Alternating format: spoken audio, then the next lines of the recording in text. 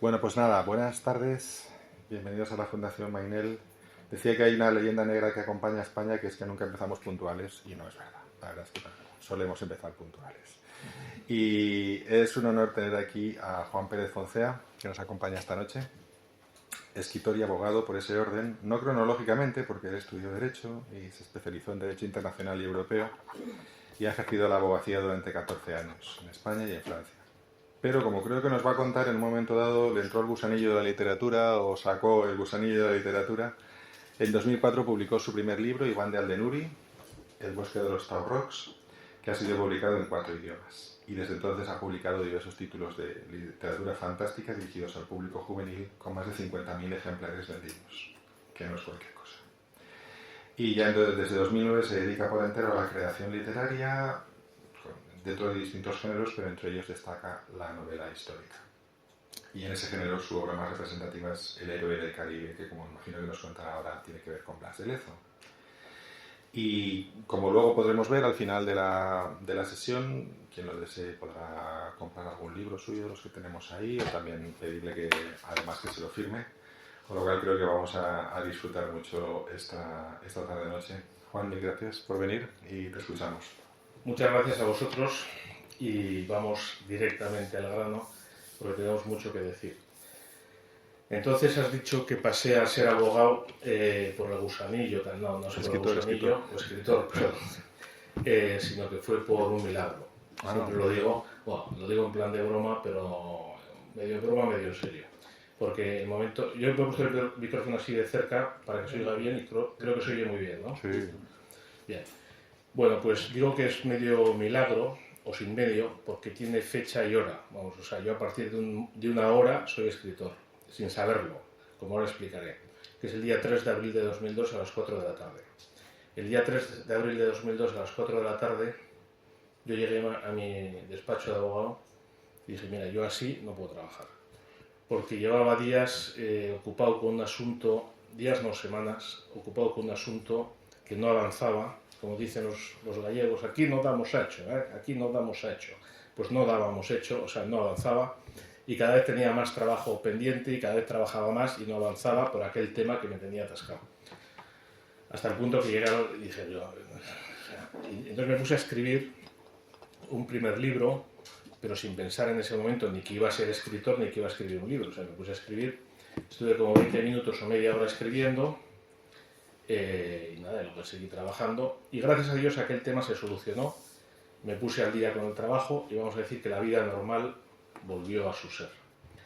Pero en la pantalla del ordenador seguía viendo un archivito pequeño que ponía historia. Dije, ¿esto de historia qué es? Ah, es verdad que hace 15 días estuve aquí en el despacho escribiendo una historieta. Dije, pero aquí somos gente seria, ¿no? Somos abogados y nos dedicamos aquí a escribir historietas en el despacho. O sea que ahora mismo la papelera, cogí un ratón, zas, a la papelera. Pero hubo una voz interior, y esto es verídico total, que me dijo, ¿cómo lo vas a borrar si ni siquiera lo has leído? Digo, pues es verdad. Entonces lo abrí, clic, clic, lo leí y modestamente, porque lo había escrito yo, me gustó mucho lo que había escrito. Y dije, oye, pues mira, si me ha servido un día que estaba hecho polvo y me sirvió para relajarme y tal y cual, pues puedo seguir pues, los sábados por la mañana, cuando tenga un rato libre y tal, como afición y tal. Efectivamente, el libro me llevó 9 meses escribirlo, lo mandé a la editorial que me lo publicó y esto es todavía más milagroso que todo lo que he contado hasta ahora, lo mandé un jueves y el martes me dijeron que me lo publicaban. Las editoriales tardan meses y a veces años para contestar, generalmente no contestan y generalmente dicen que no. Por eso digo que fue bastante milagroso. Bueno, el caso es que este libro lo presentamos en la Feria Libro de Madrid y fue un éxito. Un éxito hasta el punto que tenía que estar un día firmando, estuve 2 y luego al poco me llaman y me dicen, oye, ¿tú podrías venirte a la Feria del Libro de Guadalajara? Y dije, nunca había oído que hubiera una Feria del Libro en Guadalajara. Bien, pues ya iré. Era en diciembre. Y era México, era Guadalajara, México, en la Feria Internacional del Libro en el estado de Jalisco. Oiga, ya leí su libro en el camión, está padrísimo, ¿no? Que quiere decir, traducido al castellano, que les había gustado mucho. Y digo, oye, pues esto de escribir libros está fenomenal, ¿no? Porque te vas a Madrid, te vas a México, que conoces gente. Bueno, yo seguí, compaginaba con la abogacía. Ya adelanto que dejé la abogacía en el año 2009 y a partir del 2009 soy solo escritor. Y entonces escribí ese libro de Iván de Aldenuri, que es el primero, el que abrió brecha, pues era un libro que se va a reeditar ahora en febrero, va a salir editado por la nueva editorial Almuzara. Es un libro tipo El Hobbit o El Señor de los Anillos, es un libro de épica fantástica. Terminó siendo una trilogía, aunque son 3 libros independientes, pero es una trilogía. Iván de Aldenuri, con 3 títulos distintos, y luego esto publiqué uno cada 2 años, fue 2004, 2006, 2008, y luego en 2010 publiqué un 4.º libro de esta temática, de otro protagonista, un chico que se llama Tubal, y que por cierto lo tengo aquí. Si alguien, no lo he puesto entre esto, pero si a alguien le gusta esa literatura y le interesara, porque mañana hay una conferencia aquí sobre más tema de literatura, o sea, no de tema histórico, sino de literatura, y más para gente joven, y ahí lo tengo. Lo digo por si a alguien le interesa. Bueno, y entonces esto publiqué en 2010, Tubal, vale, y entonces ya entramos aquí, ya empezamos a entrar ya en esta conferencia. Esto ha sido la presentación. En 2010 entro en una especie de pequeña crisis, digo pequeña porque no es pequeña, o sea, porque me encanta escribir y como hemos hablado antes, pasar de ser abogado a ser escritor es pasar a mejor vida, sin ninguna duda, vamos. Pero sí en cuanto al género, ¿no? Digo, hombre, este mundo de vikingos, de monstruos, de elfos, de tal, hombre, ya he escrito 4 novelas como diciendo, bueno, yo creo que ya he dicho lo que tenía que decir, o sea, yo como que se me había agotado el tema, o por lo menos temporalmente estaba saturado, sí, ya había dicho todo lo que tenía que decir. Bueno, entonces llega un PowerPoint a mi ordenador, estamos en el año 2010, si recordáis, cuando empezó Internet, y por esa época todavía, en 2010, llegaban muchos mensajitos por Internet de sé feliz, Dios te ama, los pajaritos cantan, tal, de esto así un poco melosos, con musiquita de fondo, tal, llegaban muchas cosas de esas. Y este era un poco de esos, bueno, no era de esos, pero que decir que yo llega un momento que ya te llegaban tantos mensajes de esto, de que tengo que trabajar, o sea, no puedo estar todo el rato viendo aquí mensajitos de cosas de estas, ¿no? Entonces, bueno, pues, pero me llegó, se titulaba para los amantes de la historia, El héroe olvidado, y estaba hecho por un taxista colombiano. Luego esto, años después, me entrevistaron en la COPE, que por cierto, que en paz descanse, Colmenarejo, que es el que me entrevistó, y ahí comenté, pues no sé quién me enviaría este PowerPoint, porque tenía que ser muy amigo para que lo abriera, por lo que acabo de decir, porque llegaban muchos pues como de cosas así poéticas y tal, pero que no venían al caso. Si tenías que trabajar, tenías que trabajar. Oye, el que me lo mandó, estaba escuchando la radio en ese momento, o sea que ahora ya sé quién es, un amigo mío, bien, que se llama Miguel Ballinas. Total, que me llega aquello, para los amantes de la historia, ya lo he olvidado, y la historia de Blas de Lezo en 1,5 minutos. Entonces hay que decir, yo soy de San Sebastián, o sea, yo he nacido a 7 kilómetros en línea recta de la casa de Blas de Lezo. Y en el año 2010 yo tenía 45 años. Es decir, con 45 años y habiendo nacido al lado de Blas de Lezo, nunca, jamás, para nada había oído hablar de Blas de Lezo. Yo preguntaría al respetable público, por favor, que levante la mano si alguien no sabe quién es Blas de Lezo. Todos sabéis quién es Blas de Lezo. Aquí hay gente que dice que no, pero no ha levantado la mano. O puedo hacer la pregunta al revés. Que levante la mano el que sabe quién es Blas de Lezo.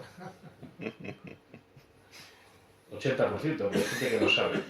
Resumiendo mucho y sin cargarme el libro, aquí tengo el libro de Blas de Lezo, El héroe del Caribe. Este es el que escribí entonces, en 2010. Bueno, Blas de Lezo, sin cargarme el libro, pero para que el que no sepa, es un señor que en el año 1740... Bueno, la casa de Blas de Lezo sigue en pie y vive gente en su casa. Es decir, que se puede decir que es contemporáneo nuestro. Es decir, que no estamos hablando de las guerras púnicas, ni de Numancia, ni no. Ha pasado 250 años. Blas de Lezo es un señor que con 6 barcos derrotó a la mayor flota británica de todos los tiempos. Si los ingleses hubieran ganado esa batalla, toda América ahora mismo hablaría inglés y sería protestante. Y no habría ni huella de España allí. Ni huella. O sea, sería como ahora mismo es Jamaica, por ejemplo. Hay que pensar que ellos querían tomar el canal de Panamá, cosa que siempre han querido y que no en vano, que el que lo controla de facto ahora mismo es Estados Unidos, porque el Canal de Panamá es el sitio estratégico central del mundo, se puede decir, y si no del mundo, pues por lo menos de medio mundo, porque es donde se une Norte y Suramérica y los dos océanos más grandes del mundo, el Pacífico y el Atlántico, y el que domina el canal, el que controla el Canal de Panamá, controla América, y gran parte del comercio, porque abajo, o sea, el estrecho de Magallanes sigue siendo intransitable a efectos prácticos, es el mar más peligroso del mundo. Entonces hay que pasar por el Canal de Panamá. Bueno, pues los ingleses venían a eso. Si hubieran ganado, a medio plazo o a corto plazo después se hubieran hecho con toda América. Es decir, gracias a Blas de Lezo el Imperio Español se prolongó 50 años más. Gracias a Blas de Lezo se mantuvo el catolicismo en América. Gracias a Blas de Lezo se habla español en gran parte de América. Y sin embargo, hay que decir que el que nos atacó, el que movió los hilos en Inglaterra para atacarnos, que se llamaba Vernon, Edward Vernon, que alguno de los presentes, seguro que la mayoría dirá, bueno, ese Vernon le conocen en su casa a la hora de comer. Bueno, pues si ahora mismo uno se coge un avión y va a Estados Unidos y dice, oye, ¿dónde está la residencia de George Washington, primer presidente de los Estados Unidos? Ahí. ¿Y cómo se llama? Mount Vernon. Era por este Vernon. Porque era la primera vez que los ingleses traían a luchar contra una potencia extranjera, en este caso España, colonos norteamericanos. Y por cierto que los pusieron en primera línea y murieron 4 de cada 5. Pero aún y todo, el hermanastro de George Washington, que era Edward Washington, luchó en la guerra y admiraba mucho a Vernon y por eso a su casa le pusieron de nombre Mount Vernon. Bien, el rey Jorge II de Inglaterra se agarró tal calentón que prohibió bajo severísimas penas que nunca nadie para nada hablara de esta historia, de esta batalla. Y lo ha conseguido. Pero claro, una cosa es que los ingleses no hablen y otra que no hablemos nosotros. Vamos, es de juzgado de guardia, y lo pongo, me canso de ponerlo en el epílogo de todos mis libros, ¿dónde puñetas están los ministros de Educación de España? Pero no los de ahora, que los de ahora, por supuesto, vamos, que no sé ni si son ministros, ni si son de Educación o de qué son. Pero bueno, el de ahora y el anterior, y el anterior, y el anterior, y el anterior, y el anterior. ¿Dónde están? Para que conozcamos nuestra historia. Porque claro, si este señor Blas de Lezo lo que ha hecho, lo hubiera hecho un inglés, un italiano, un marroquí, un turco, es que en su país no se hablaría de otra cosa y tendría una estatua en cada pueblo y una calle en cada pueblo. Yo miré en Google Maps la calle Blas de Lezo en Madrid y en un extrarradio, en un sitio sin edificar, había una callecilla Blas de Lezo. Claro, están muy ocupados en Madrid con la calle del Sinca, la calle del Citroën, la calle del Renault y la calle, que hay un barrio entero que se llama así, ¿no? Bueno, gracias a Dios, uno de los lectores de mi libro, que se llama Íñigo Paredes, entró en vibración, removió Roma con Santiago y se puso una estatua de Blas de Lezo en la plaza de Colón de Madrid. Por supuesto, una estatua no especialmente grande, no vais a decir que alguien la vea, ¿no? Pues claro, y nos sacudamos el complejazo que tenemos, ¿no? De esto, si hay tiempo, seguiremos hablando después. Bueno, gracias a Dios este libro, cuando salió en 2010, ha sido el más vendido en Amazon, en toda España, durante todas las navidades que salió, y sigue vendiéndose como churros. Y gracias a Dios están saliendo muchos más escritores que hablan de Blas de Lezo, y está siendo conocido. La pregunta que he hecho aquí, que la mayoría sabíais, hace unos años no lo hubiera sabido nadie. Eso es así, no lo hubiera sabido nadie. Bueno, al poco de escribir este libro me entrevistan en una televisión y me dice la entrevistadora, oiga, ¿y hay muchos Blases de Lezo en España? Como diciendo, muchos héroes olvidados. Y yo, ignorante de mí, ignorante como todo españolito medio, ignorante de mí, le digo, no, este es un héroe que se nos ha pasado. Ah, muy bien, y tal. Entonces sigue la vida, yo le cojo gustillo a escribir novelas históricas, entonces empiezo a entrar en la historia de España y me quedo asombrado. Digo, bueno, vamos a ver, de lo que está en la calle, de lo que se estudia, bueno, lo que se estudia en los colegios, es que prefiero no mencionar, porque es auténtico, ¿cómo diría yo?, delito de manipulación, no manipulación genética, pero sí manipulación espiritual, cultural, llámesele X, ¿no? Es de juzgado de guardia, no hay derecho. Había un entrenador argentino y había un portero argentino, esto es verídico, no es un chiste lo que voy a contar, que disparan a puerta, el portero se tira, le da el balón que iba afuera y ¡pa! Y la mete. Le dice el entrenador, oiga, no le pido que pare todas, pero por lo menos las que van fuera no las meta, ¿no? Bueno, pues en España podríamos decir eso a nuestros políticos. Luego explicaré, si hay tiempo, por qué nos pasa esto, ¿eh? Que no es casual, no es simplemente una dejadez, no, la cosa es más seria. Entonces yo diría, oye, Yo no digo que todo lo hemos hecho bien, yo no digo que somos unos tíos superhombres, no, pero la mayoría lo hemos hecho bastante bien, ¿eh?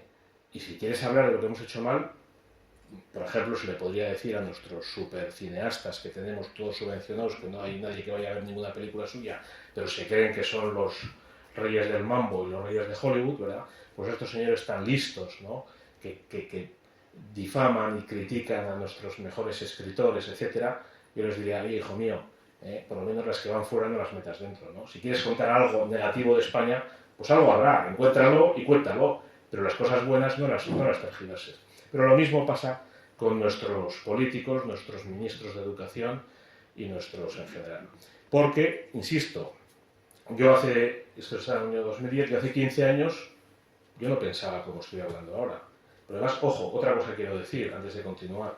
No es que yo soy un señor muy listo, que he venido y he descubierto unas cosas que no sabe nadie, y entonces, mira, lo que verdaderamente pasó con la Armada Invencible fue lo que yo digo aquí, porque soy un... No. Yo he dicho que soy abogado, yo no soy historiador.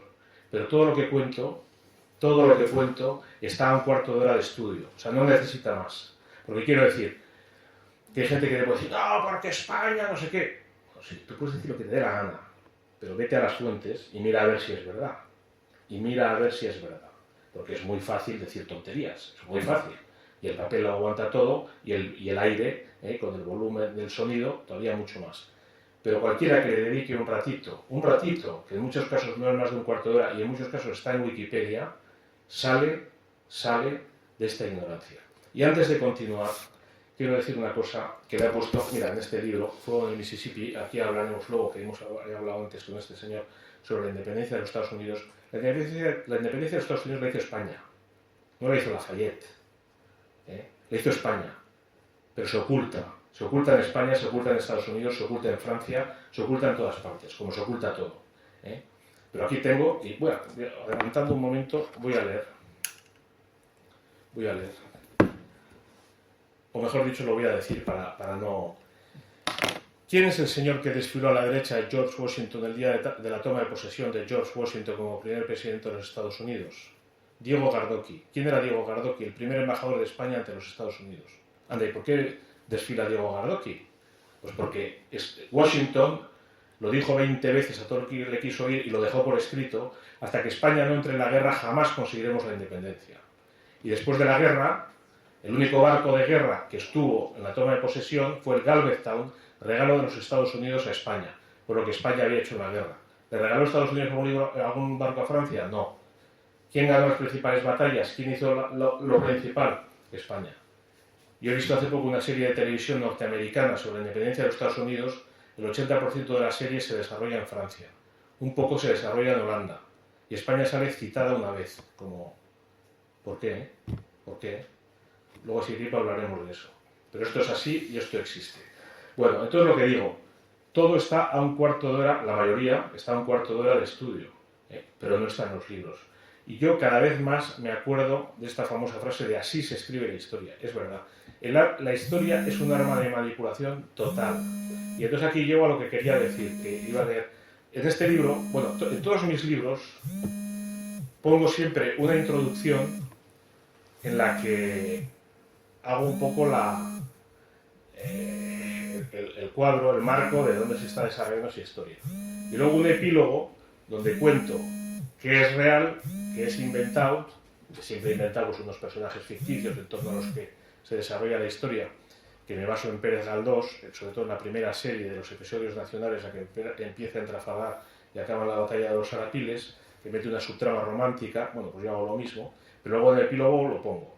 Y cuento cosas como lo que digo de la independencia de Estados Unidos, pues estos detalles de que el que desfiló a la derecha, después de contar la independencia, lo que fue así la guerra, pero luego cuento las consecuencias. Oye, el que desfiló a la derecha era el embajador español, el barco, ahora en el Capitolio, en Estados Unidos, hay un cuadro de los padres de la patria, donde ya desde el principio estaba aprobado, me estoy refiriendo desde la independencia, que se pusiera Bernardo de Galvez, de Galveston, la ciudad de Texas, se funda en su honor, y el barco este que acabo de citar, que está ahí en esto, es el Galveston, también, es por Galvez, que venció la batalla de Pensacola, que es una batalla impresionante, y eso está aprobado que se ponga allí, en el Capitolio y no se ha puesto hasta que Teresa Valcarce, que es una malagueña casada con un norteamericano, amiga mía, que vive allí en Washington, ha removido Roma con Santiago también, y ya por fin se ha puesto el cuadro de Bernardo de Gálvez en el Capitolio, donde le corresponde, con los padres de la patria, ¿verdad?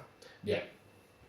Bueno, pues en este epílogo de este libro pongo una frase de Milan Kundera. Milan Kundera es un checo que varias veces le iban a dar el premio Nobel de Literatura y no le dieron nunca, que no es de mi devoción, pero que tiene una frase que me gusta mucho porque retrata lo que está pasando en España, que es: para liquidar a las naciones se les quita primero sus libros, su cultura, su historia, y luego llega alguien y les da a los libros otra cultura y otra historia. Y la nación comienza poco a poco a olvidar lo que es y lo que ha sido, y los pueblos circundantes lo olvidan todavía mucho antes. Bueno, eso es lo que nos está pasando. Ahora mismo veníamos para aquí, detrás de un autobús, Valencia, capital del running. A mí esto me saca de quicio, porque son detalles que parecen de poca monta. Pero ¿qué pasa? Que aquí no hemos corrido hasta que han venido los ingleses a meternos el verbo to run.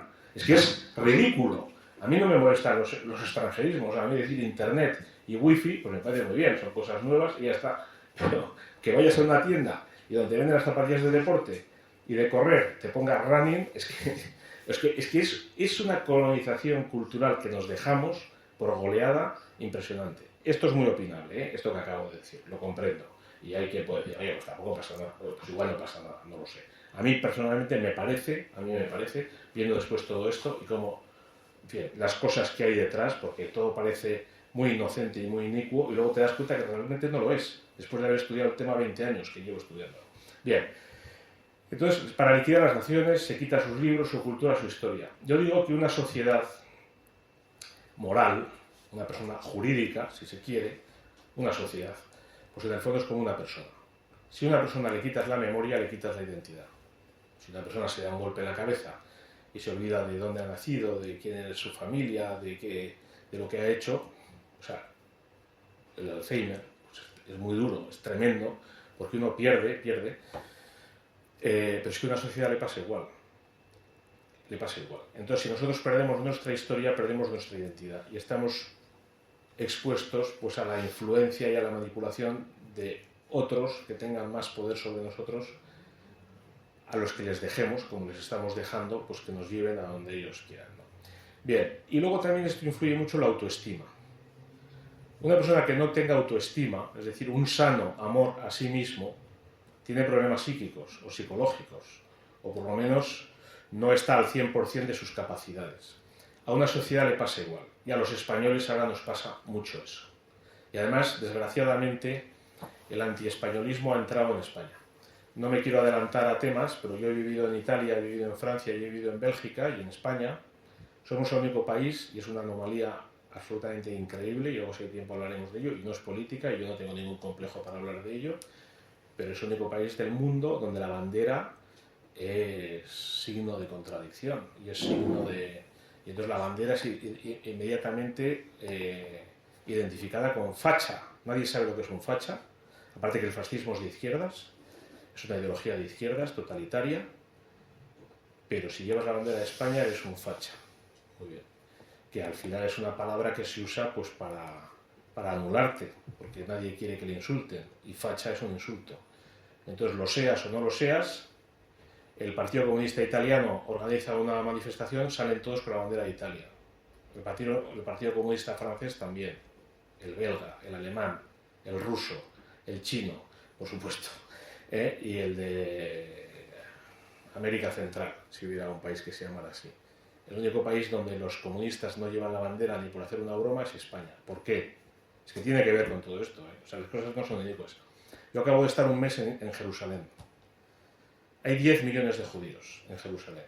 10 millones. Digo en Jerusalén, en Israel. 10 millones de judíos. 10 millones de habitantes.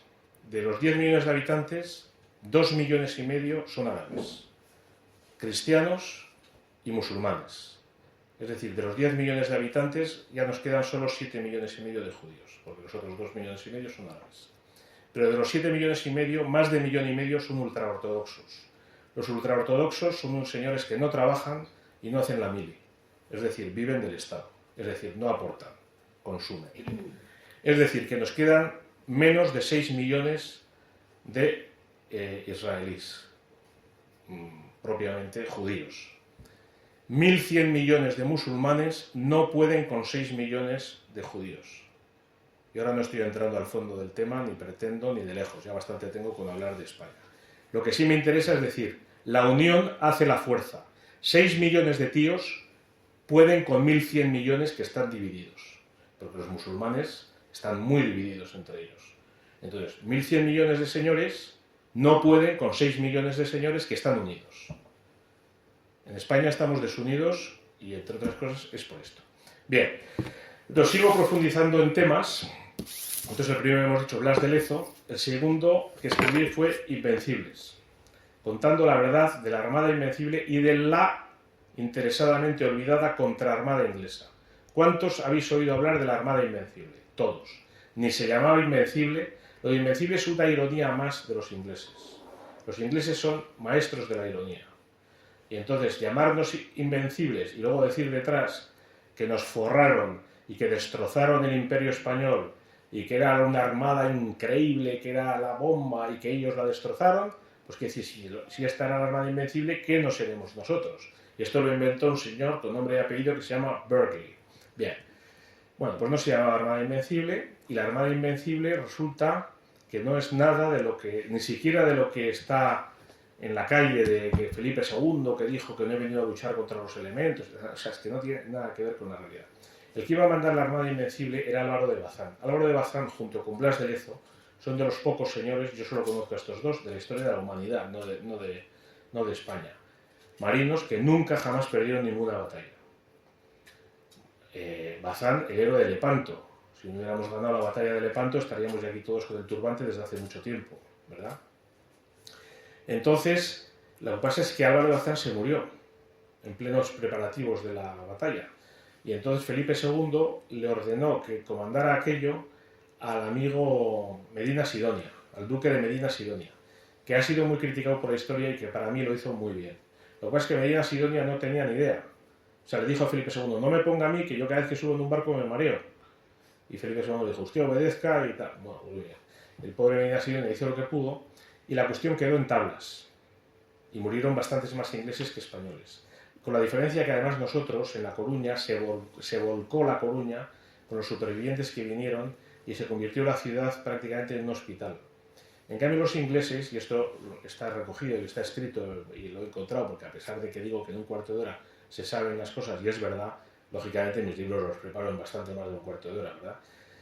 Los ministros ingleses, bueno, una vez que España ha cruzado el Canal de la Mancha, nuestra armada, el ministro de Navegación o el que fuera inglés dice, a ver si ahora se van a rehabituallar en Noruega y van a volver y nos van a forrar. Lo mejor es que no se bajen nuestros marinos de sus barcos.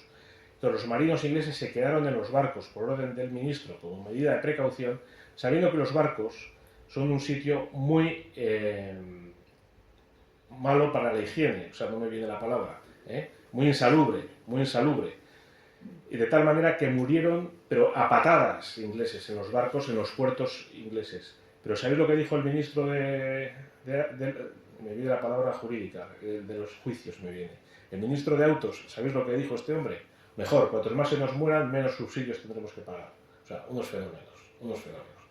Bueno, aquello quedó en tablas porque no podía salir bien de ninguna manera. No podía salir bien porque se me había muerto Álvaro de Bazán y había dos posibilidades de que aquello se hiciera en condiciones. Una, mandar la flota desde Lisboa, como se hizo, y entrar hasta Londres, o ir desde los Países Bajos, cruzar el canal y mandar los tercios allí. Se hizo una cosa intermedia que era imposible que saliera bien, por la ineptitud de Felipe II y por cabezonería. Yo a Felipe II le tengo mucho cariño, pero esto no lo hizo bien. Ya hemos dicho que las cosas que no se han hecho bien hay que decirlas, pero las que se han hecho bien no vamos a meterlas bien. Entonces, este hombre lo que dijo fue, vosotros salís de Lisboa, en aquel momento la corona, Felipe II era rey de Portugal también, o sea, estaba unido España y Portugal, salís de Lisboa y vais a los Países Bajos, embarcáis a los tercios y os vais hasta Londres. Imposible. De hecho, los tuvimos a los ingleses a merced en Plymouth. Los tuvimos a merced. pero la orden era no atacarles hasta llegar a los Países Bajos. Y Medina Sidonia tenía esa orden y no podía desacatar. Por culpa de eso no se destrozó la flota británica. Entonces se fue. Pero los Países Bajos son Países Bajos porque son Países Bajos. Son Países Bajos en tierra y son Países Bajos en mar. Quiero decir, son grandes deltas de ríos. Entonces, ¿ahí qué pasa? Que la profundidad se va cogiendo muy poquito a poco. Bueno, de hecho, en el Canal de la Mancha la profundidad máxima debe ser de 30 a 40 metros.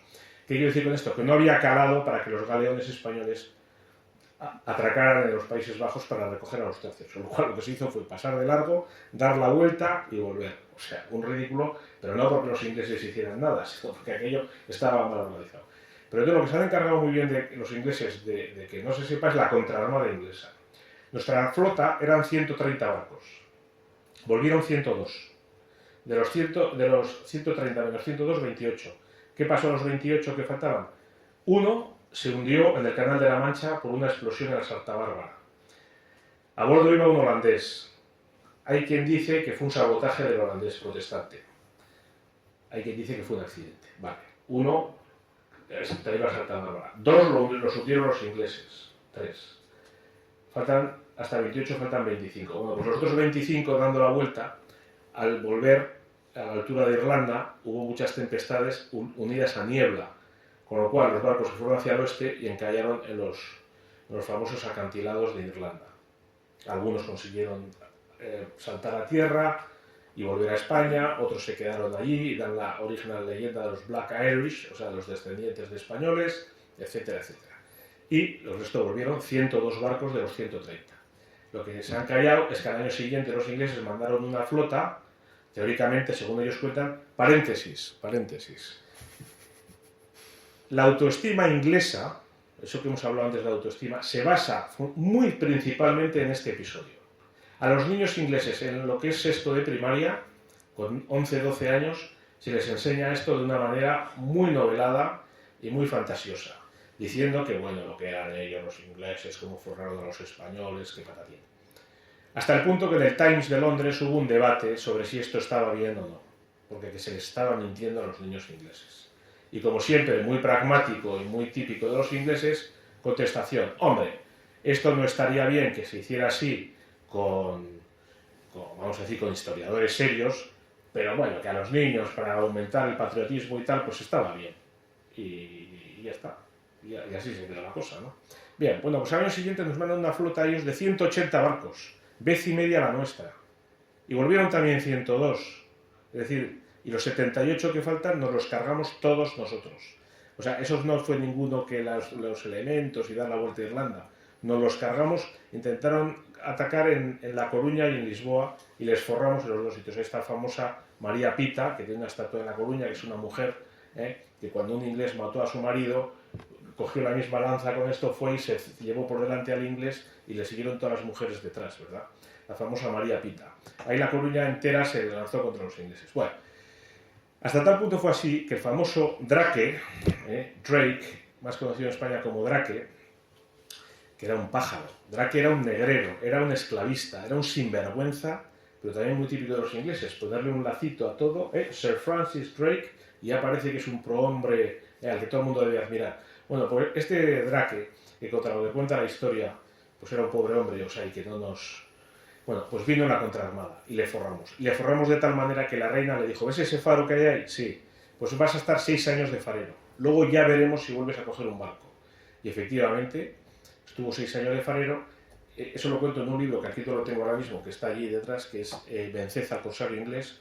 Entonces el tío estuvo dando vueltas a la cabeza y dijo: hombre, tenemos que atacar a España, pero no en la península, sino en América. Y digo esto, España en América, porque, otro paréntesis, nosotros nunca hemos tenido colonias. Eso es un invento francés e inglés. O sea, los ingleses fueron a China, les obligaron a los chinos a comprar la droga que ellos llevaban desde la India, ellos no querían comprarles la droga, la reina de Inglaterra les declaró la guerra y fue la primera traficante de drogas de la historia de la humanidad, y fue el siglo de la humillación, que llaman los chinos, ¿verdad? Fueron a donde fueron a trapiñar y fueron absolutamente como depredadores. Nosotros, desde el minuto 1, hemos ido a aportar. No, España fue al oro, tal. hasta 50 años después de la llegada de Colón no se había descubierto ni una gota de oro, ni de plata, ni de nada en América. Y ya habíamos puesto 30 universidades, no sé cuántos colegios, ciudades patrimonio de la humanidad, carreteras. O sea, no me cuenten películas, por favor. Una vez más, no metan goles donde los que van fuera, metan los que van dentro. Bien. Bueno, entonces Drake dijo, bueno, pues tenemos que atacar a España en América. Bueno, entonces el tío vino, nos atacó en Canarias, nos atacó en Puerto Rico, nos atacó en lo que ahora es el norte de Venezuela, Colombia, Centroamérica y Cuba. Bueno, perdió en todas, hasta el punto que murió de depresión. Bueno, eso lo cuento ahí en Vicente Alfonso Inglés. Sin embargo, ¿qué te cuentan las películas? Oh, Drake, que machacó a los españoles, que no sé qué. Bueno, igual que se dice la de la Armada Invencible, que hay ya la Armada Española se hundió ya para siempre y de entonces los ingleses dominaron los mares. Perdón, los ingleses no dominaron los mares hasta Trafalgar. Ahí sí, ahí hay que decir, ahí el gol va dentro, no es que lo metemos nosotros. Entonces, pero hasta entonces no, hasta el punto que tenían una incipiente colonia de colonos en Virginia, lo que actualmente es Virginia de los Estados Unidos, y se murieron todos de hambre porque durante 40 años no tenían barcos los ingleses para llevarles comida a aquellos pobres hombres. O sea que así se escribe la historia. Bien. Bueno, luego escrito... Bueno, es que yo no sé... Llevas 35 minutos. Bueno, es que yo puedo seguir hablando hasta... Bueno, voy a explicar telegráficamente los libros que quedan. Y luego ya voy a dejar si queréis hacer preguntas. Porque a mí me interesa hablar de lo que os interesa a vosotros, no de esto. Los primeros de Filipinas. Bueno, esto es la conquista de Filipinas. Filipinas no existía. Se llama Filipinas porque Felipe II unificó las 7.000 islas que son las Filipinas.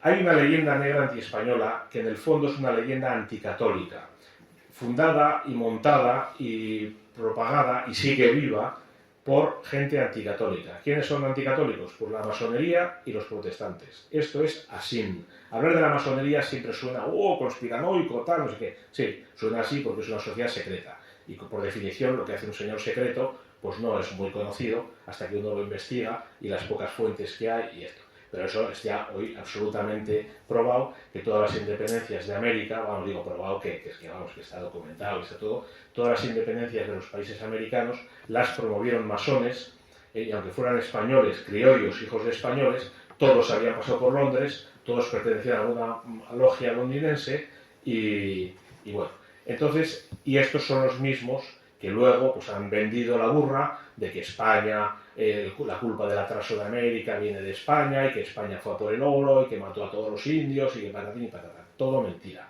Yo he estado en el año 1992 en Roma en un congreso sobre el quinto centenario de la independencia de América organizado por San Juan Pablo II, donde había un profesor argentino de origen italiano que dijo muy acertadamente, y pues lo repito, dice, si los españoles hubieran ido a América a vender flores, hubieran muerto aproximadamente el mismo número de indios, porque el 99% murieron de enfermedades.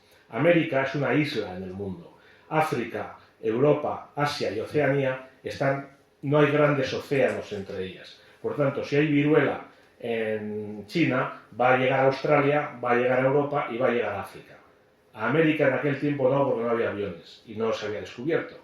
En el momento que llegamos nosotros allí, y ojo, no, y los españoles llevaban aquello como arma, ¿cómo se dice ahora? Arma biológica. Pero imbécil, si los microbios se descubrieron 200 años después, ¿cómo íbamos a saber nosotros que llevábamos ninguna arma biológica? Porque además se morían y los españoles sabían por qué. Porque no. Bueno, entonces, es así. O sea, por ejemplo, en las islas del Caribe muchas desapareció totalmente la población. Pero bueno, eso no fue buscado. Llegaron los españoles, cogieron aquellos la viruela, el sarampión, lo que fuera. En Estados Unidos es distinto, ¿eh? Eso me lo han contado a mí historiadores norteamericanos. En Miami, dice, mira, hospital, no me acuerdo el nombre exacto, no me acuerdo, pero vamos a suponer Hospital Harrison. Mira, Hospital Harrison, ¿sabes quién era Harrison? Pues un señor que se dedicaba a darles mantas infectadas de viruela a los indios. Pues los indios muy agradecidos y luego se morían todos. Bien, vamos a dejar eso aparte. Entonces, Filipinas, no hay esa leyenda negra, porque allí no había enfermedades. Porque Filipinas estaba en contacto con China y China estaba en contacto con Europa. Entonces se conquistó a golpe de caridad cristiana. Pero es muy interesante la historia, de caridad cristiana digo, porque durante años los portugueses llegaban a Filipinas y al grito de venimos de Castilla, saqueaban y arrasaban todo. De tal manera que cuando llega Legazpi, que es paisano mío por cierto, cuando llega Legazpi a Filipinas, les trata muy bien a los filipinos. Pero cuando se da la vuelta, por los filipinos, les roban, les hacen todo tipo de barbaridades. Y los españoles todos decían a Legacio, oye, joder, vamos a por ellos, ya está bien, tal. Y Legacio decía, calma, calma. Bueno, llegó un momento que venció Legazpi. Su caridad venció sobre la rapiña filipina. Porque llegó un momento que los filipinos hablaron y dijeron, bueno, es que no entendemos nada. Antes veníais, que venimos de Castilla, y nos arrasabais, y ahora venís vosotros, decís, venimos de Castilla y nos tratáis bien. Entonces se descubrió, eran los portugueses, ¿no? Bueno, y entonces en cuanto se descubrió esto, fue automático, o sea, se unificó, se sometieron a la corona española, se hicieron católicos y todo tan bonito. Pero, ¿por qué da pie a un libro con mucha historia? Porque la verdadera piratería, contra lo que cuenta Hollywood, no estaba en América, estaba en Asia. Y había auténticas flotas y ejércitos de piratas chinos y japoneses. De hecho, cuando llega Legazpi allí, hay una serie de señores que se llaman Ronin, que son samuráis sin señor. Y había flotas, o sea, cuando llega Legazpi llega con 3 barcos allí y 100 hombres o 200 hombres. Pero estos eran miles. Bueno, pues se les hizo frente y los samuráis sacaron una leyenda, una historia que decía que había unos diablos, mitad hombres, mitad lagartos, que eran invencibles. Esos éramos los españoles. Porque 40 tíos de los tercios que fueron allí, algunos mexicanos, tlaxcaltecas, porque Filipinas dependía de la Nueva España, o sea, de México, les forraron. Otro paréntesis. Ha salido un libro ahora que se llama Hollywood contra España. ¿Por qué Hollywood nunca ha hecho una película de Blas de Lezo, ni de Hernán Cortés, ni de Pizarro, ni de la primera vuelta al mundo, ni de la segunda vuelta al mundo, ni del descubrimiento de la Antártida, que lo hicimos nosotros, ni del primer avistamiento de la Antártida, que lo hicimos nosotros, ni del descubrimiento del Nilo, que lo hicimos nosotros, y ha hecho de los samuráis y de los Ronin? ¿Por qué no cuenta Legazpi en Filipinas? Curioso, ¿no? Es curioso. Ahí lo dejo. Bien, otro libro que he escrito, Los tercios no se rinden. Este es asombroso. Este es el milagro de Empel. ¿Alguien conoce el milagro de Empel? Que levante la mano el que conozca el milagro de Empel. ¿Usted conoce el milagro de Empel? Te regalo un libro a la salida dedicado, el que quieras. No digo más. Bueno, pues este, señores, es el origen de que la Inmaculada sea la patrona de España y que el próximo 8 de diciembre sea fiesta. Aquí fue una guerra impresionante en los Países Bajos, bueno, la guerra de los 80 años, pero una batalla. Por cierto, conseguí por internet en una universidad canadiense el diario de este señor que nunca me acuerdo el nombre, don Alonso Vázquez. Alonso Vázquez, capitán español Alonso Vázquez, que tiene un diario de toda su estancia en la guerra, de los 80 años. Entonces me conseguí todo el diario del año 1585. Entonces allí, he dicho que lo iba a decir telegráficamente, tomamos Amberes, que era muy difícil. Yo he vivido allí, yo he vivido en Amberes, es una ciudad que le llaman la Venecia del Norte, entonces se tomó por asedio, pero es muy difícil porque hay ríos enormes, los ríos de allí, son los grandes ríos del centro de Europa, desembocan allí. Entonces claro, son ríos enormes, llenos de canales, los famosos canales holandeses. Amberes está justo en la frontera con Holanda, ¿no? Entonces claro, tomar aquello por asedio era muy difícil. Entre otras cosas, tenía, no sé por qué, un ingeniero italiano muy bueno que luchaba contra España con un odio contra España tremendo y lanzó un barco bomba, además disimulado, porque lanzaron unos río abajo, o sea, como Amberes estaba tomado por los protestantes, río abajo donde estaban los españoles, pues lanzaban primero unos barquitos con unos petarditos y tal, pues para que dijeran, estos barcos bomba, ya se sabía que los iban a lanzar, vaya bomba. Lanzó un barco bomba que explotaron las vidrieras de las catedrales a 40 kilómetros de distancia. Cuando explotó, se vio el fondo del río. No sé si habéis estado allí, pero el Mosa, pues es un río, pues que en ese lugar tendrá cerca de 1 kilómetro de anchura, ¿verdad? Y la profundidad no sé cuál es, pero vamos, no serán 2 metros, desde luego. Se vio el fondo del río. Un ingeniero español que se dio cuenta en el último momento de lo que se venía encima, le cogió a Farnesio, el sobrino de Felipe II, y lo metió en un castillo que tenía unos muros de 1,5 metros, y dentro del castillo, con los muros de 1,5 metros, Farnesio estuvo 1 hora o 2 horas inconsciente de la fuerza de la onda expansiva.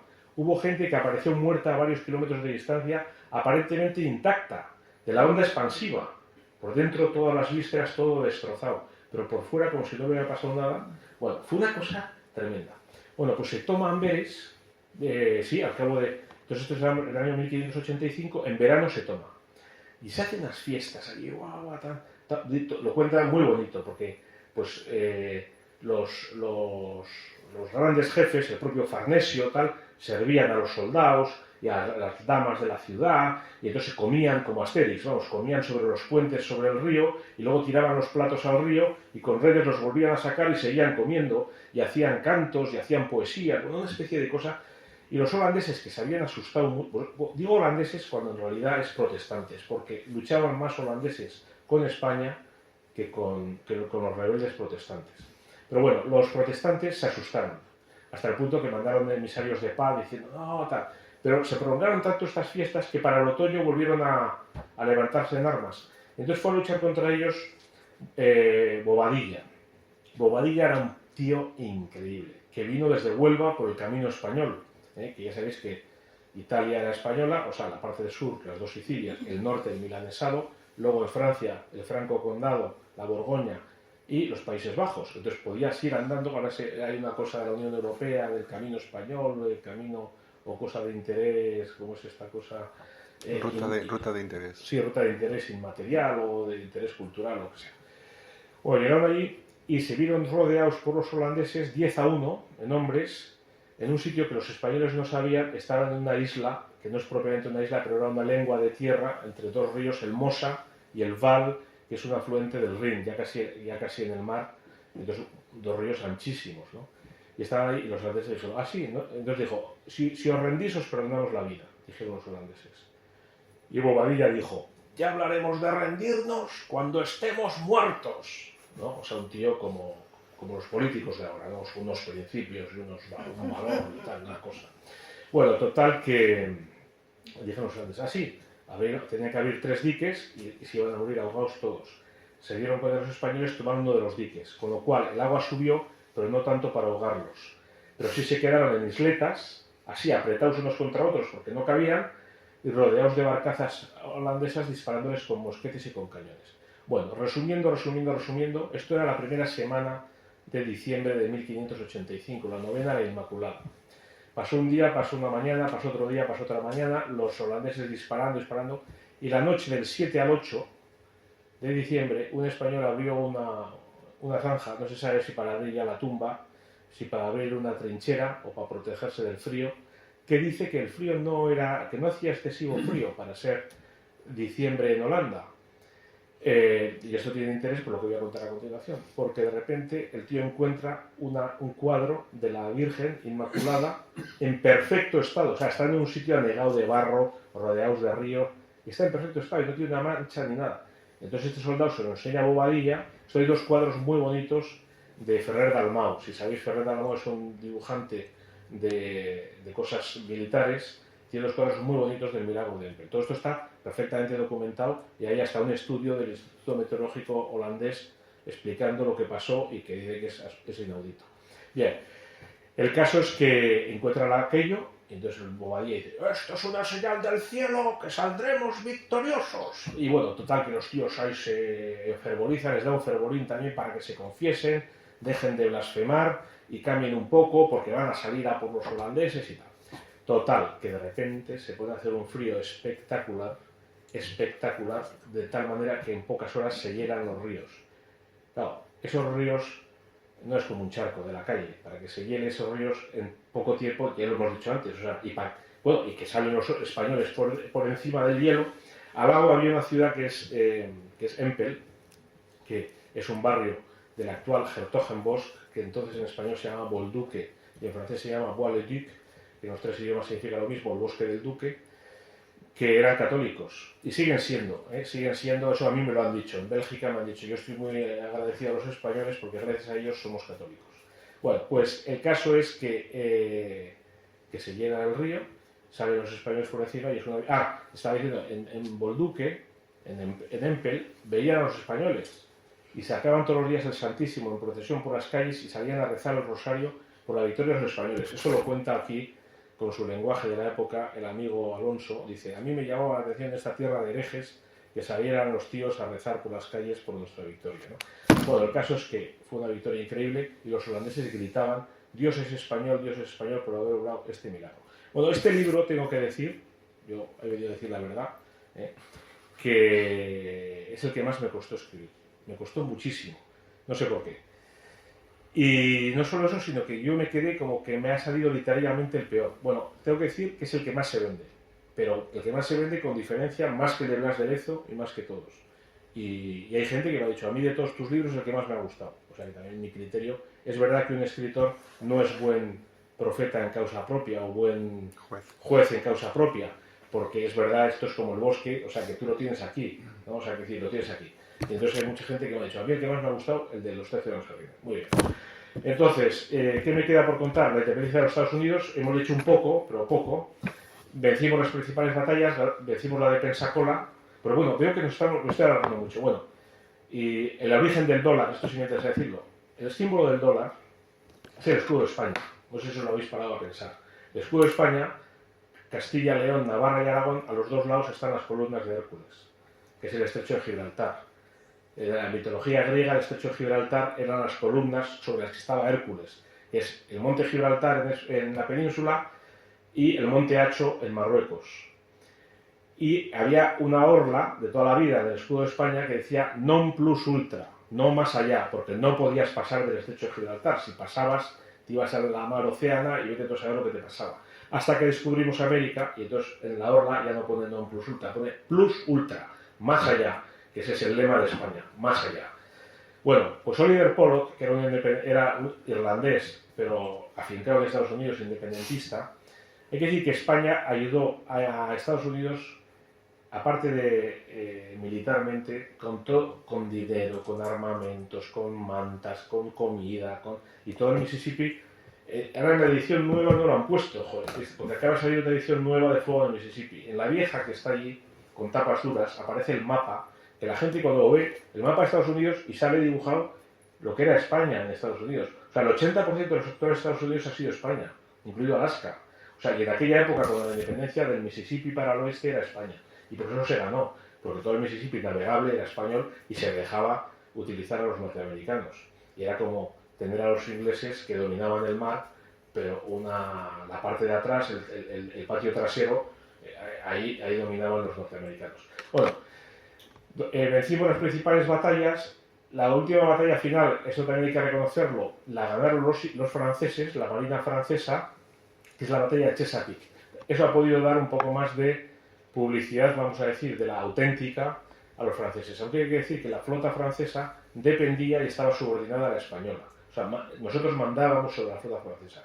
Y si la flota francesa pudo ganar a los ingleses el Chesapeake, Chesapeake está un poco más al sur de Washington, en la costa, es una península que sale hacia el sur, donde está, no me acuerdo si es Virginia o Maryland.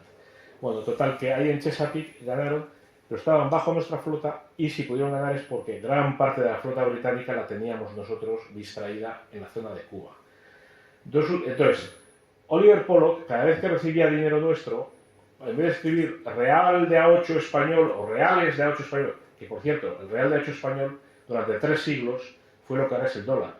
O sea, si un chino le compraba a un ruso en 1650, por decir un año, le compraba el Reales de A8. Cuando los ingleses compran Singapur a los chinos, lo tienen que pagar en reales de A8, porque los chinos no aceptan otra moneda.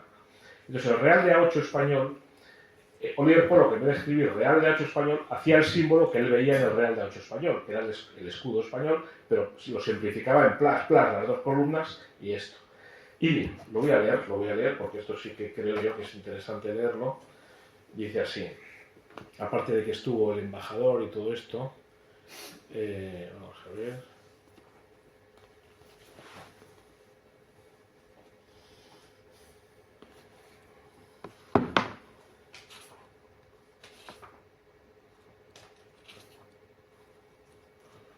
El real de A8 con el escudo de España en su cara fue la primera moneda de curso legal en Estados Unidos, manteniéndose en uso hasta 1857. O sea, hasta más allá de la mitad del siglo XIX, la moneda de curso legal en Estados Unidos era la moneda española. Por supuesto, esto no lo sabe nadie, ni se estudia en los colegios, ni para qué, ¿no? La primera emisión de papel moneda, realizada el 10 de mayo de 1775, algo más de un año antes de la Declaración Oficial de Independencia, estableció que los billetes se pagarían en dólares españoles, acuñados o su valor en oro o en plata. De hecho, como señala el historiador David Weber, Estados Unidos adoptó el peso español como su propia unidad monetaria en noviembre de 1776. llevaba la denominación de 8 Spanish Milled Dollars. Esto lo pongo en el epílogo, siempre explico en el epílogo después de haber leído la historia, pues cosillas de estas, ¿no? Mientras estuvo en vigor tuvo el mismo valor que el dólar. Curiosamente, hasta 1997 el precio de las acciones en el mercado de valores de Estados Unidos se daba en octavos de dólar, es por el doblón de A8 español. O sea, las acciones de Wall Street hasta 1997 se han contado en octavos por la moneda española. Y la terminología norteamericana sigue usando términos derivados de la moneda española. Así se dice 2 piezas por un cuarto, patatín, patatán, patatán. Bien, y puedo seguir. Otra anécdota. Bueno, no quiero decir más anécdotas porque tenemos que acabar y si no me enrollo. Creo que ya no me queda... bueno, y el último que he escrito, este es otro que se vende por mucho y a mí me encanta. Es el último que he publicado, que ha salido en noviembre del año pasado, que se va a cumplir un año. España no se rinde. Aquí cuento, además, con los últimos descubrimientos arqueológicos de este siglo XXI, la batalla de Covadonga. Es asombroso y es impresionante. La batalla de Covadonga y la Reconquista. ¿Por qué? Pues porque es curioso, pero ahora lo decíamos al principio, la antiespañolidad ha entrado a España. O sea, que antes nos atacaban de fuera, pero ahora ya llega un momento que es políticamente correcto atacar a España dentro de España, cosa que es una cosa pues que yo creo que habría que hacer una convención de psiquiatras a que vinieran aquí a estudiar el caso, porque yo lo que suelo decir, a mí me gusta ser positivo, no me gusta ser negativo.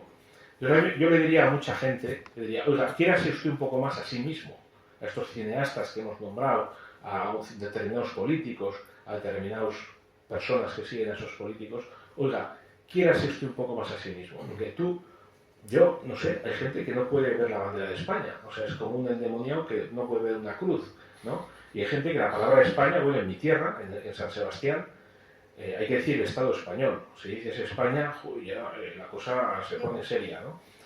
Bueno, ¿pero qué problema hay? Bueno, oye chicos, el problema es el nombre y le cambiamos el nombre, ¿no? Nos llamamos Churucundrius, ¿no? No sé decir, si el problema es el nombre, si el problema es la bandera, pues vamos a sacar otra bandera, no sé. No ese es el problema es más profundo. Pero es una cosa que ya ha entrado, ¿no? Entonces yo os decir, ¿pero por qué? Porque es que en el fondo te estás tirando piedras a tu propio tejado. O sea, es que te guste o no, la verdad es la que es. Y aparte estás atacando cosas muy buenas que se hicieron. Pero es que estás atacando a tus padres, a tus abuelos, a tus bisabuelos, o sea, te estás atacando a ti. Es que es absurdo. Eso nos lo han metido y ha llegado a ser una cosa políticamente correcta. Y como digo, hay un cierto complejo, porque si defiendes esto eres un facha. Muy bien, pues seré un facha o seré un bombero. Me da igual, porque es que es absurdo. Seré un tío normal que defiendo lo mío y ya está. O sea, es que... Bien, o sea, es que es... Bueno, entonces digo eso porque ahora está de moda en las universidades españolas y en determinados ambientes atacar la Reconquista. No ha existido la Reconquista. Claro, en el año 711 toda España está ocupada, menos una pequeña franja en el norte. O sea, esto es como lo de Asterix, pero de verdad.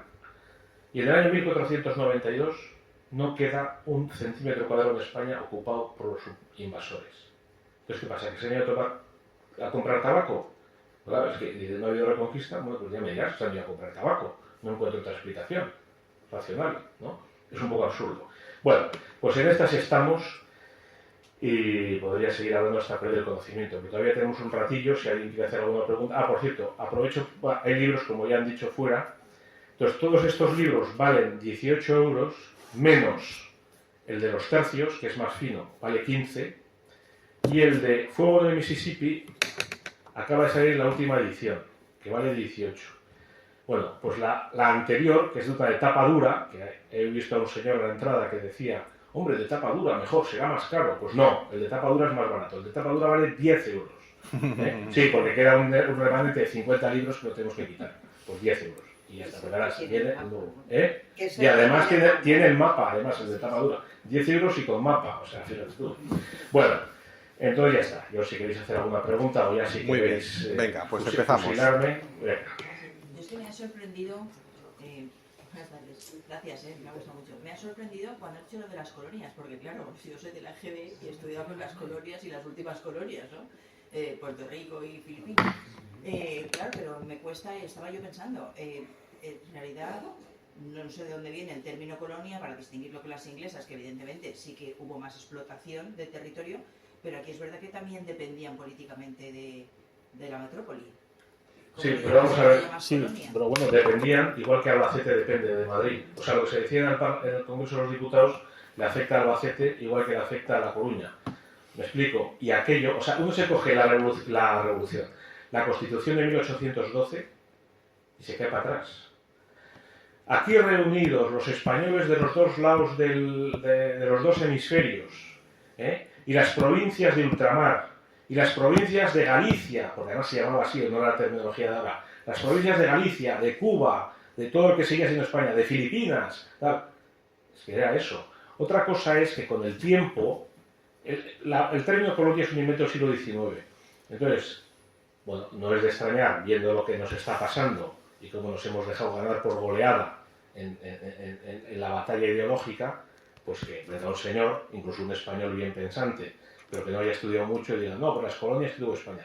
Sí es cierto, porque hemos dicho que vamos a decir la verdad y que los que van a la portería los vamos a dejar pasar, lo que no vamos a hacer es meter los que van fuera, que hubo, por ejemplo, en los últimos años, antes de las independencias, pero no fue el motivo de las independencias ni de lejos, vamos, pero sí que es verdad que hubo algunos, pero es que hay dos momentos en la historia de España. El momento, vamos a decir, pre-revolución protestante, revolución francesa, es decir, cuando entra todo el modernismo, o sea, los Austrias y los Borbones. Entonces, es verdad que hubo un último momento, ya con los Borbones avanzados, en el que se daba prioridad a los peninsulares sobre los americanos. Se daba prioridad, me refiero, pues para cargos en el ejército, cosa que molestaba allí. Pero bueno, era una cosa, vamos a decir, accidental, y accidental en el sentido que es una cosa que ocurrió en los años, que es como ahora pues sale una ley pues que perjudica a determinado tipo de personas, yo qué sé, a los autónomos o a los no sé qué, y que dentro de unos años puede cambiar. Pero sí que es verdad que era esto discriminatoria. De todas maneras, en las independencias las hizo la masonería aprovechando la invasión de Napoleón en España. O sea, España estaba así y se aprovechó. En las independencias, los que luchaban por la independencia eran hijos de españoles peninsulares, eran criollos. Y los que luchaban por el rey eran los indígenas, eran los autóctonos. O sea, todas estas movidas que cuenta ahora Chávez y el otro, ¿cómo se llama? El de ahora, Maduro y tal, y no, los Bolívar y los Bolívar. O sea, cualquier parecido con la realidad es pura coincidencia. Y ahí invito a cualquiera que se lea, aunque sea lo de Wikipedia, o sea, es que no hay que ir más lejos. Que no es que Wikipedia sea la Biblia, precisamente, pero muchas veces, pues hasta ahí mismo no hay que ir mucho más lejos para encontrar lo que pasó. Otra cosa es luego ya las arenas políticas, ideológicas y tal, ¿no? Pero es verdad que no fueron colonias, y sí es verdad de todas maneras que con los Borbones se fue asimilando un poco más a las colonias. Pero todavía en 1812, por ejemplo, no había ni asomo de colonias, de hecho ya. Y luego, por ejemplo, ahora hay un movimiento muy serio en Puerto Rico de volver a España, de ser una comunidad autónoma española, porque jurídicamente nunca ha dejado de ser España.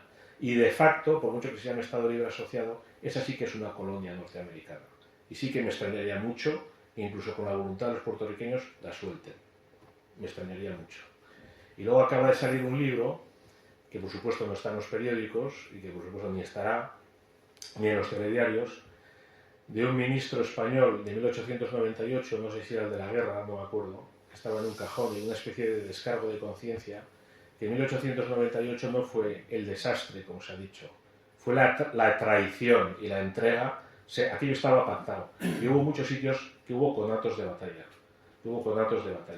aquello se entregó a los Estados Unidos, fue una dejación total, porque España es un país de grandes héroes y de grandes traidores, y el día que sepamos la verdad de verdad, es asombroso, igual que el submarino Peral. Eso es, porque hubiéramos tenido un submarino operativo, o vamos, hubiéramos forrado a Estados Unidos, pero eso lo decían los norteamericanos. Pero lo del submarino fue también increíble. Yo fui muy amigo de un señor que se llama Javier Isaac Peral, de apellido, que murió el año pasado, que era nieto o bisnieto, ya habría que verlas, de Isaac Peral, y tiene un libro contando toda la tradición que se hizo a su padre. Es increíble, o sea, su padre era un héroe, y cómo argucias políticas y de espionaje y tal, y cómo se entregaron los planos a Inglaterra y a Alemania, y quién está ahí detrás, pues mira, no sé, pero una mano muy negra y muy secreta, no sé quién, pero una cosa tremenda. Hasta el punto que yo le pedí, vamos, me mandó el libro que había escrito, que está publicado, y que si a alguien le interesa le puedo mandar la referencia, y le dije, porque quiero novelar sobre este libro. Y luego no he tenido estómago, porque lo que he dicho antes, a mí lo negativo me cansa mucho y no me gusta hablar de lo negativo, me gusta hablar de lo positivo. Prefiero hablar de las victorias de Blas de Lezo que, por ejemplo, de las independencias norteamericanas, quién lo hizo, quién tal, cual. Mira, es una desgracia, hemos tenido traidores tremendos, pero mira, yo prefiero hablar de lo positivo y no de lo negativo. Ahora, negativo ha habido y mucho, y sobre todo a partir de Napoleón. El que se carga España, o sea, y el que crea las dos Españas es Napoleón. No digo que lo creara él a sabiendas, pero es decir, donde entra las ideas ilustradas, las ideas modernistas en el fondo. O sea, España ha sido un país de unas clarísimas raíces católicas, religiosas y culturales. O sea, es decir, que incluso una persona que no sea católica, como por ejemplo Elvira Roca, pero ya culturalmente dice, no, pero yo soy católica culturalmente y es que España es católica, o sea, que decir que es lo que es. Bueno, pero hay una parte de España que le entra el modernismo de la Revolución Francesa, de decir, somos anticatólicos, no queremos romper con lo anterior, y eso es lo que rompe España en dos. Rompe España en dos. Vamos a decir, la España católica y la España anticatólica, o la España orgullosa de ser España y la anti-España nada orgullosa del pasado católico español. Tenemos una pregunta ahí desde hace rato. Sí, ahora que he hablado de Elvira Roca Barea, me congratulo de haber descubierto al equivalente a Elvira Roca Barea en la literatura. Sí, usted no le conocía. ¿Qué le vamos a hacer? Entonces, me ha interesado mucho, que me voy a llevar un libro, y entonces le quería hacer una pregunta técnica. ¿Cómo se pone usted en la piel de una persona del tercio de la Armada Invencible de hace 5 siglos? Porque tampoco he leído al Reverte, no he leído nada de él, no porque no me guste, sino porque hay tanto que leer, y no sé cómo lo hace él. Me da la impresión por algunas cosas que conozco que lo que está describiendo es a un señor de Madrid, de Valencia. ¿Cómo lo hace usted? ¿Cómo se mete en la piel de estas personas para convencernos de que está hablando de hace 4 siglos? Buena pregunta. Bueno, lo primero que quiero decir es que no soy el único, gracias a Dios, que está historiando la historia de España. Ahora hay un movimiento fortísimo, pero impresionante, los que estamos metidos en este negociado, y mucha gente dice que hace 10 años esto era impensable. Yo pienso lo mismo. Gente de los dos lados del Atlántico y gente muy buena, muy buena. Quizás más en el capítulo de los ensayos, pero me gustaría nombrar aquí a Marcelo Gullo, por ejemplo, Zunzunegui en México, y ahora mismo no me van a venir, bueno, y en España tenemos también a García Ibáñez, bueno, el mismo José Javier Esparza, tenemos a, ¿cómo se llama este? Ay, estoy ya un poco cansado hasta ahora para decir nombres, pero tengo varios a la punta de la lengua que me gustaría decir y no me van a venir. Bueno, hay muchos y gracias a Dios. ¿Cómo te metes? Bueno, yo como me meto, me parece que eso es parte ya del oficio o de la vocación, o llámasele X, de ser escritor. O sea, yo he descubierto mi vocación de escritor con 36 años, no sé si es pronto o es tarde o es normal, pero es verdad que tengo mucha imaginación y que con aciertos en ella, pues me meto en los... También es verdad que yo pienso, eso lo pensé el otro día, es curioso, lo he pensado esta semana, yo creo, pero creo que es cierto. Igual que una cosa es una fotografía, es decir, que tú sales a la calle, y sacas una foto de la playa de Valencia, muy bien, pero viene Sorolla y te hace un cuadro. ¿Y qué es mejor, la foto o el cuadro? Bueno, pues la pregunta es ociosa, pero vamos a decir que nadie quiere que Sorolla te haga una foto de la playa. Lo que quieres es, joder, Sorolla, cómo saca los colores, cómo... Es la playa que él ve, es la playa que él transmite. No sé cómo decir, es la playa que es la playa real, pero pasada por su alma, vamos a decir, o por su espíritu, o por su tamiz, de cómo la ve él. Y eso es lo que es un pintor. O sea, un pintor no es un retratista o fotografista, por eso ya están las máquinas fotográficas. Un pintor es un señor que no te está mintiendo, te está enseñando una cosa, pero cómo la ve él.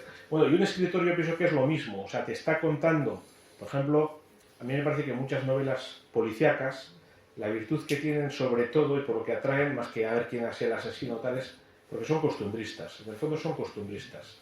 Y entonces, por ejemplo, hay uno que se llama Connelly, que te cuenta Los Ángeles y tal. Bueno, si otro escribiera de Los Ángeles, seguro te saca Los Ángeles totalmente distinto. Y dice, pero es que cada uno cómo lo ve con sus ojos. Y ninguno de los está mintiendo, pero te está transmitiendo, bueno, pues una posible versión de cómo son los hechos o cómo los ve él. Yo pienso que en este caso pasa lo mismo. O sea, evidentemente, hace 5 siglos yo ni estaba, ni de lejos.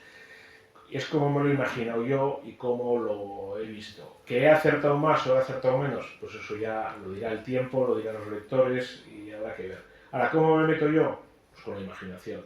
Con la imaginación. O sea, yo he conocido la España de cuando yo era niño, de los años 60, que yo muchas veces pienso, ¿no? Los pueblos estos interiores de Castilla y tal, donde no había luz y donde, pues eso se parece más aquello a la Edad Media que al momento actual, con internet y los móviles y todo. O sea, que el mundo ha cambiado muchísimo en los últimos 20 años, pero se puede decir que los comienzos del siglo XIX y el siglo XVI, pues casi se parecían más que lo que se parecen ahora, ¿no? Entonces, habiendo conocido aquello de niño y tal, pues yo creo que sí te puedes hacer una idea de cómo era la vida entonces, ¿no? Juan, me gustaría preguntarte, ¿qué opinión te merecen los episodios nacionales de Galdós, que hasta cierto punto son el gran relato literario acerca de la España moderna? Pues a mí de Galdós tengo que decir que me gusta mucho la primera serie, que es la que empieza en Trafalgar y acaba con la batalla de los Arapiles, y luego me parece que Galdós va bajando. Y a mí personalmente me parece así. También me parece que biográficamente o vitalmente él también se fue agriando un poco el carácter y quiere decir que al final la vida personal se refleja en... Y entonces este hombre, lo que digo, a mí esa primera serie me encanta. Luego ya todas las demás series a mí me sobran, o sea, a mí personalmente, igual habrá otro que... Pero sí que la primera serie, de hecho ha sido un poco mi modelo. O sea, yo cuando... Fue también providencial, cuando empecé esto... Bueno, providencial, el pobre hombre, se murió el suegro de mi cuñado y mi cuñado me dijo, oye, si quieres ir a casa y llevarte todos los libros que quieras y tal, y yo me llevé los de Pérez Galdós y justo los leí entonces cuando empezaba a escribir Blas de Lezo, coincidió. Y digo, mira, que me da una pauta muy buena para escribir esto. Más preguntas. Adelante. Sí. Hemos oído de la historia de España. Estamos en el mundo de la inteligencia artificial. ¿Qué historia de España nos está llegando a través de la inteligencia artificial? Bueno, yo pienso que, vamos a ver, la inteligencia artificial, yo ni soy experto, ni soy informático, es más, tengo un poco de alergia yo a todas estas cosas tecnológicas porque de una manera intuitiva. O sea, es evidente, igual que con Internet cuando empezó, igual que con tantas cosas, que son herramientas muy útiles desde el punto de vista práctico. Pero no todo en esta vida es lo práctico, ni siquiera es lo principal lo práctico. O sea, lo práctico nunca es un fin, siempre es un medio. Mientras que, por ejemplo, la belleza es un fin en sí misma. Entonces, todas estas cosas, desgraciadamente, y tampoco quiero ser negativo, pero es verdad que salvo que haya alguien que tenga manera de controlarlo y que tenga buenas ideas, pues se va a descontrolar. Entonces, como ha pasado con todo. Cuando las cosas se descontrolan, en mi pueblo dicen que la verdad solo tiene un camino. O sea, al final todo se descontrola para que se estropee y para que vuelva a arreglarse y volver a empezar y tenga un nuevo inicio. Bueno, pero para no alargarme más. Yo le he preguntado a la inteligencia artificial sobre la leyenda negra. Y la inteligencia artificial en gran medida es neurolegendaria. ¿Por qué? Porque bebe de las fuentes que bebe. Entonces, claro, si está leyendo libros que le están diciendo que los españoles eran unos come-indios, pues la inteligencia artificial te va a decir, porque la inteligencia artificial supongo que se desarrollará mucho, pero ahora mismo tiene fallos. O sea, tú a la inteligencia artificial le preguntas qué libros he escrito yo, te puede decir que he escrito 10 libros más de los que he escrito, o 10 libros menos, y te puede fallar en más de la mitad de los títulos. Y, o sea, eso lo he visto en muchas cosas. Y le preguntas, oye, ¿qué año murió fulanito de tal? Y te dice un año con mucha seguridad, y ese año igual no había nacido. O sea que, en la inteligencia artificial, los expertos... Yo me he interesado un poco.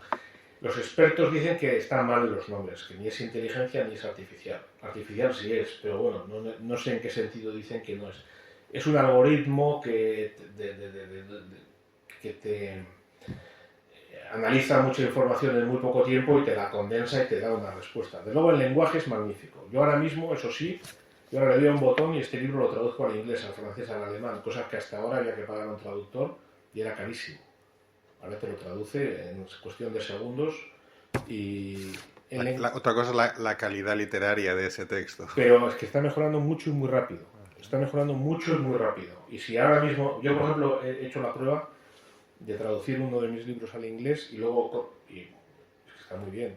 No es que yo sea el Shakespeare, vamos, pero quiero decir que de vez en cuando me corriges una palabra, porque es verdad que una palabra de doble sentido no te ha pillado el sentido que es y te ha puesto otro, pero yo con un trabajo de una semana puedo tener traducido por mí un libro al inglés, corrigiéndolo yo, con el inglés que sé, que digo, no soy Shakespeare, pero sí he estudiado en colegio inglés y todas estas tonterías que se hacían, bueno, no es una tontería, pero vamos, ya me entendéis, una persona que sepa un poco, que tengas conocimiento, o a francés, yo al francés podría...